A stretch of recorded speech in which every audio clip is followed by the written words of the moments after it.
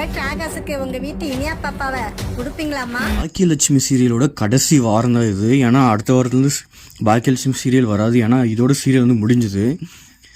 செம்ம சூப்பரான எபிசோடாக போக போகுதுங்க. ஏன்னா இனியாவுக்கு வந்து கல்யாணம் ஆக போகுது. ஏன்னா அந்த வேலைக்காரி அவங்க பையனுக்கே கல்யாணம் ஆக போகுது இனியா. அதுக்கப்புறமா கோபி அவங்க அம்மா வந்து பசங்களாம் எல்லாரும் ஒவ்வொரு அவங்கவுங்க வாழ்க்கையை பார்த்துக்கிட்டாங்க. இதுக்கு மேலே நீங்கள் 2 பேரும் என்ன பண்ண போகிறீங்க கோபி அப்படின்னு பாக்கியாவை பார்த்து கேட்குறாங்க. அதுக்கு வந்து பாக்கியா என்ன சொல்ல போகிறாங்கன்னா, நான் வந்து சேர்ந்து வாழ ஒத்துக்கிறேன், ஆனால் என் கூட வந்து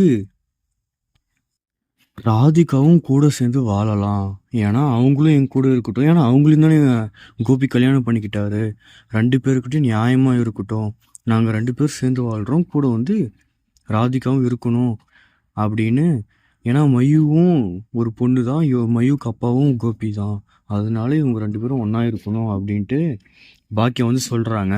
இதுக்கு வந்து அவங்க அதாவது கோபி அவங்க அம்மாவும் ஒத்துக்கிறாங்க. சரி ஓகே அப்படின்ட்டு. இதுதான் இந்த சீரியலோட கடைசி எபிசோடாக இருக்க போகுது. யார் யாரெல்லாம் இந்த சீரியலை மிஸ் பண்ணுறீங்க கமெண்ட்டில் சொல்லிட்டு போங்க. உங்களுக்கு வந்து இந்த மாதிரியான இன்ஃபர்மேஷன்லாம் நான் சொல்லிட்டு வரேன். அதனால ப்ளீஸ் ப்ளீஸ் ப்ளீஸ் என்னை சப்ஸ்கிரைப் பண்ணுங்கள். Thank you, bye bye.